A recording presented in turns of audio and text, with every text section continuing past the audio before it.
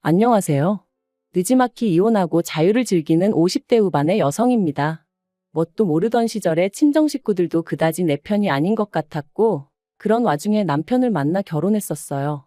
지금 생각해보면 정부 칠대가 없어서 그렇게 멍청한 결정을 내렸나 싶고, 이제 와서 남 탓하면 뭐 하겠냐 싶지만, 그래도 그때를 생각하면 나한테 그 길은 길이 아니니 가지 마라 해준 사람 하나 없는 게 그렇게 서럽고 속상하고 뭐 그렇습니다. 아무튼 제가 친정 이야기를 하자고 이렇게 사연을 쓰고 있는 건 아니고요. 남편하고 처음 만난 건 집안의 먼 친척뻘 되시는 어르신의 주선으로였어요. 저는 남편이 마음에 들지 않았지만 집안 어른의 체면도 있고 하여 남편을 제대로 밀어내질 못했습니다. 오히려 집안 사람들은 어르신 말을 들어보니 사람이 착실하고 성실하니 좋다는데 제가 주제 파악을 못한다는 식으로 몰아가더라고요.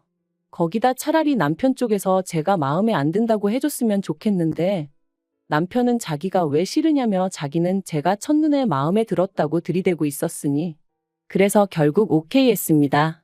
솔직히 말해서 나중엔 세뇌라도 된 건지 나를 구박하는 친정 식구들보다 오히려 내 조건 하나 따지지 않고 불도저처럼 밀어붙이는 남편이 친정 식구들보다 나를 더 사랑해주는 것 같았거든요. 그래서 멍청하게 가머니설과 그 가면에 속아 결혼까지 했어요. 그런데 결혼하고 나니까 남편이 저에게 제대로 말한 것은 하나도 없었습니다. 월급도 속였고 직장도 속였었죠. 살던 집도 알고 보니 혼자 사는 것도 아니고 시동생이랑 같이 살고 있어서 당장 방을 구해야 했는데 그마저도 월세 단칸방, 그것도 반지하였어요. 그래도 저 혼자 서울살이 하는 동안 반지하에선 살아본 적이 없었는데 말이죠. 처음 결혼한 해에 홍수가 나서 집안이 온통 물바다가 됐었는데 그때 제가 임신 중이었거든요. 그래서 그 불러온 배를 붙들고 바가지로 물을 퍼내는데 이게 뭐 하는 짓인가 싶대요. 그리고 남편은 고작 월세방 구해왔는데 저는 그래도 혼수예단 다 해갔어요. 그런데 그 혼수예단을 해준 게 누구냐면 친정부모님이 아니라 고모였어요. 그간 저 하고 사는 걸 불쌍하게 생각한 고모가 마침 고모는 또 자식도 없으셨고 그렇다 보니 그거라도 해주마 하고 해주셨는데 그건 지금도 참으로 감사하게 생각하고 있네요. 아무튼 그렇게 결혼하고 나니까 사람이 어떻게 그렇게 달라지나 싶은 게 남편 말이죠. 결혼 전에는 제가 결혼 안 해주면 자기는 인생을 포기해버리겠다며 그렇게 사람을 겁을 주고 아주 말 그대로 왜 자기 마음을 몰라주냐며 길에서 나자빠지기까지 했었는데 막상 결혼하고 나니까 말 그대로 다 잡은 물고기라고 생각하기라도 한 건지 사람을 홀대를 해도 그렇게 홀대를 할 수가 있나 싶더라고요. 하지만 저라고 뭐 그런 남편한테 나 좀 봐줘, 나 좀 사랑해줘 하고 매달리고 싶지는 않았습니다. 그저 저렇게 쉽게 식을 사랑이었나 하고 허탈했다고 해야 할까요?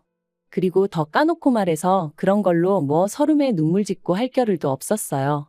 첫째 돌 무렵에 제 뱃속에는 이미 둘째가 있었고 남편 월급은 계속해서 제자리였으니 먹고 살고 애 키우고 그것만으로도 얼마나 빠듯했는지 몰라요. 하지만 그런 것보다 저를 더 힘들게 한 건 바로 다름 아닌 어머님이었습니다. 남편과 제가 결혼을 한 이후로 당신 집은 시골에 있는데 그럼에도 불구하고 어찌나 뻔질나게 저희 집을 드나들기 시작하시던지 그리고 오셔서 막말로 곱게 차려드리는 밥이나 드시고 잠이나 주무시고 가셨으면 저도 이렇게까지 응어리가 쌓이진 않았겠죠. 하지만 걸핏하면 하시는 말씀이 너 같은 며느리를 보게 될 줄은 상상도 못했다. 네가 우리 집에 시집 올 때 해온 게 뭐가 있냐. 그래서 결국 결혼한 지 3년 차 되던 무렵에 제가 왜 해온 게 없냐고 따지고 들었더니 이까짓 걸 해왔다고 들이대냐면서 남편이 다른 여자랑 결혼했으면 이거 2배 3배는 받았을 거랍니다. 그렇다고 저희 남편 조건이 얼마나 대단했냐 하면 그것도 결코 아니었어요. 당시 작은 건설사에 다니고 있던 평범한 사람이었습니다. 시댁에 재산 같은 것도 없었고요. 그러다 결혼한 지 15년 차쯤 되던 해 아버님이 병으로 쓰러지셨는데 이때 결국 기어이 합가 이야기가 나왔습니다. 그리고 저는 당연히 못한다고 했어요. 가뜩이나 이전부터 어머님이 걸핏하면 저희 집에 드나드셔가지고 졸지에 시동생하고 신우까지 저희 집을 뻔질나게 드나들고 있었고 그럴 때마다 사람이 치사스러워 보여서 말은 안 했지만 10번에 8번은 빈손으로 오기가 일쑤였습니다. 그나마도 어쩌다 뭐 하나 사오면 저는 고사하고 저희 애들 둘 그 어린애들이 빤히 보고 있는데 자기들끼리만 먹어치우기 바빴고요. 그래도 저 바보멍청이 마냥 아무 말도 못했습니다. 남편이 자기 동생들이 어머님 안쓰러워서 사오는 걸 뭘 탐을 내느냐고 오히려 저를 속 좁고 못난 여편네로 몰아가기 일쑤여서 그냥 말을 안 했었죠. 그런데 아예 합가를 하자니 그랬다간 저는 물론이고 저희 애들 천덕꾸러기 신세될 게 뻔해서 합가는 죽어도 못한다고 버텼습니다. 그랬더니 저더러 그러면 자기가 장남인데 부모를 등지라는 거냐면서 저 때문에 자기가 후레자식이 된다나 어쩐다나. 그리고 이때 중학교 다니던 딸 둘이서 지 아빠한테 엄마 좀 그만 못살게 굴라면서 아주 목에 핏대를 세우더라고요. 최악이라면서 자기들은 할머니 할아버지랑 같이 살기 싫다고 엄마 고생시키지 말라고 말이죠. 그러자 아빠라는 인간이 딸들더러 정신 나갔다며 니들이 누구 덕분에 이만큼 누리고 사는지 아느냐고 그딴 소리나 짓거릴 거면 학교 때려치고 나가서 돈이나 벌라고 그러는데 불현듯 제 어린 시절이 생각나면서 남편이 순간 남편으로 안 보이고 짐승 같더라고요. 그래서 제가 남편한테 이혼하자고 그랬어요. 그러니까 남편이 저더러 미쳤네 어쨌네 하면서 악을 쓰대요. 시아버지가 쓰러지셨는데 이혼하자는 여편네가 어딨냐면서. 그런데 그런 와중에 아버님 상태가 급속도로 나빠지면서 이혼 얘기도 유야무야 되어버렸죠. 솔직히 말하면 제가 애들 데리고 나가서 살만한 경제적 능력이 없다 보니 남편한테 이혼하자고 더 밀어붙이지 못한 것도 있네요. 이후로 얼마 지나지 않아 아버님은 돌아가셨고 그때부터 상황은 더 안 좋아졌습니다. 혼자 되신 어머님께서 원래도 앓는 소리 죽는 소리가 보통이 아니셨는데 날이 갈수록 그 정도가 정말 심해지셨거든요. 당신 아는 사람의 아는 사람이 혼자 살았는데 화장실 가다 넘어져서 그러고 이틀 만에 발견이 됐다더라. 또 누구누구는 밥 먹다 그게 기도에 걸려서 그대로 저 세상 갔다더라. 그리고 그런 이야기가 나올 때마다 남편은 언제부터 자기가 그렇게 애끓는 효자였다고 속상해 죽으려고 하대요. 아닌 게 아니라 합가 얘기도 나왔고요. 물론 그럴 때마다 저는 저대로 못 들은 척 하기도 하고 남편하고 막말로 박터지게 싸워가며 안 된다고 하기도 하고 그런데 그렇게 몇 달쯤 지났을 무렵 남편이 가벼운 수술을 받게 되었습니다. 원래부터 디스크가 좀 있었는데 더는 못 견디겠다고 해서 비교적 젊은 나이였는데 수술을 받게 된 거였죠. 그리고 이때 남편이 저더러 자기 수술 받는 거 시댁에는 알리지 말라는 거예요. 가뜩이나 어머님께서 이래저래 힘들어 하시는데 걱정 끼치기 싫다면서. 제 입장에서도 남편 아프다는 소리가 어머님 귀에 들어가면 보나마나 무슨 일이냐 하며 짐 싸들고 저희 집에 오실 게 뻔할 뻔짜였기에 남편의 그 말이 어찌나 반갑던지 알겠다 하고 안 알렸어요. 그리고 뭐 디스크 수술이야 별 문제 없이 잘 끝났죠. 그런데 어이없게도 그 후에 돌아온 명절에 남편이 시댁 식구들 다 모인 자리에서 지 입으로 지 수술 받은 이야기를 하는 거예요. 그게 얼마나 대단한 무용담이라고 신이 나서 떠들어대더라니까요. 근데 더 황당한 건 어머님을 포함한 시댁 식구들이 보인 반응이었습니다. 어떻게 장남이 자기 형이 자기 오빠가 그 큰 수술을 받는데 안 알릴 수가 있냐면서 무슨 꿍꿍이었냐? 요새 보험 잔뜩 들어놓고 남편 잘못되기만 바라는 여자들이 있다더니 저도 그런 거 아니냐? 진짜 살다 별소리를 다 듣는다 싶대요. 그래서 제가 남편더러 당신이 알리지 말라 하지 않았냐고 저도 너무 억울해서 악다구니를 썼어요. 그랬더니 그제서야 남편이 맞다고 자기가 알리지 말랬다고 그러는데 신우랑 시동생이 한다는 말이 저희 남편이 사람이 너무 좋아서 큰일이랍니다.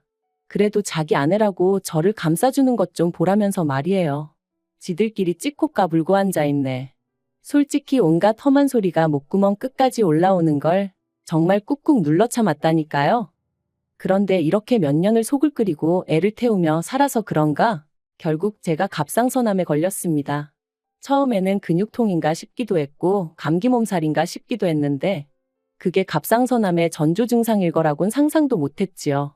그래서 동네 내과만 다니다가 지인이 혹시 모르니까 큰 병원도 한번 가보란 말에 그 이후의 일은 뭐 다시 생각하기도 싫고 솔직히 말하자면 정신이 하나도 없었어요. 비록 초기이긴 했지만 그래도 암이라는데 아무리 당장 죽는 건 아니라고 해도 마음이 편할 리가 없잖아요. 그래서 어쨌든 수술하느라 입원하고 이후로도 한 달 가까이는 제대로 움직이지도 못했는데 세상에 시댁 식구들 누구 하나 병원에 와보기는커녕 문자고 전하고 몸은 좀 어떠냐, 괜찮냐 하고 묻는 사람도 없더라고요. 딸들 말로는 그래도 친척들도 알아야 할 것 같아서 다 소식도 전했다던데. 내가 인생을 잘못 살았나 싶기도 하고 시댁 식구들이 정말 상종 못할 인간들이구나 싶기도 하고 참으로 착잡한 마음이었습니다. 그래서 외래만 와도 된다는 소리를 듣기가 무섭게 딸들하고 상의 끝에 친한 친구가 있는 시골로 내려갔어요. 가서 엄마 한 달 정도 요양 좀 하고 와도 될까 하니까 어느새 20살이 넘은 두 딸이 제발 그러라며 저를 지지해 주었거든요. 그런데 그렇게 한 달을 보내고 올라왔더니 황당하게도 어머님이 집에 와 계셨습니다. 그리고는 저를 앉혀놓고는 정신머리가 있는 거냐 없는 거냐 하시며 당신이 알아보니 갑상선암인지 뭔지 그건 암축에도 못 든다던데 그걸 가지고 이렇게 유세를 떠느냐고 게으르니까 건강관리도 제대로 못해서는 여러 사람 피곤하게 한다고 온갖 악담인지 욕인지 모를 소리를 잔뜩 늘어놓으시대요. 하지만 어머님의 그런 말씀보다 저를 더 열받게 한 건 뒤이어 이어진 제 딸들에 대한 타박이었습니다. 보고 배운 게 지혜미뿐이라 그런지 가시나들이 느려 터졌다면서 지 아버지 밥상 하나 못 차려내는 게 무슨 공부는 한다고 거들먹거리냐 했거든요. 그리고 거기서 제가 정말 이성을 잃었어요. 어머님더러 미친 엑스라고 내 집에 다신 오지 말라고 했죠. 당신은 당신 딸을 얼마나 잘 키워놨길래 내 딸들한테 그러느냐고. 가서 어머님 자식들이나 잘 단돌이 하시라고. 사람 구실도 못하는 것들을 두고 며느리 보기 부끄럽지도 않냐고. 그냥 저도 쌍욕을 퍼부으며 그동안 못하고 참았던 말들을 막 내질렀어요. 그랬더니 어머님이 저더러 정신이 나갔냐 어쩌냐 하며 쓰러지는 척을 하대요. 어딜 갔다 온 건진 몰라도 때마침 들어온 남편은 전후 사정은 묻지도 않고 뒷목 잡고 쓰러진다고 생쇼하는 어머님을 보고는 저한테 돌았냐 악을 썼고요. 그리고 그때였어요. 두 딸이 아주 소리소리를 질러가며 남편과 어머님더러 나가라고 마구잡이로 밀어내더라고요. 그래서 그 둘이 쫓겨나듯 집에서 나갔습니다. 그런데 그 일이 있고 2주나 되었을까? 남편이 슬그머니 집에 들어왔어요. 그리고는 아무 일도 없었던 것 마냥 저녁을 달라길래 제가 어머님이 밥도 안 주더냐고 물었습니다. 그리고는 앞으로 어머님은 물론이고 네 동생들하고도 나는 상종도 안 하고 살 거니까 그 꼴 보고 살 자신 없으면 이혼하자 했더니 알겠다고 하대요.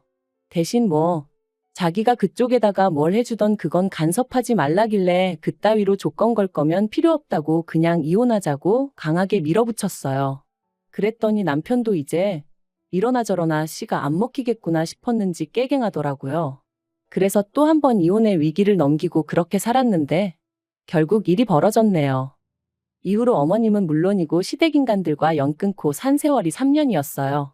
그리고 그런 와중에 딱 한 번 동서한테 연락을 받은 적이 있는데 전화해서 냅다 울고 짜고 하더니 어머님 때문에 괴로워서 못 살겠다면서 반은 하소연 반은 제 원망을 하대요.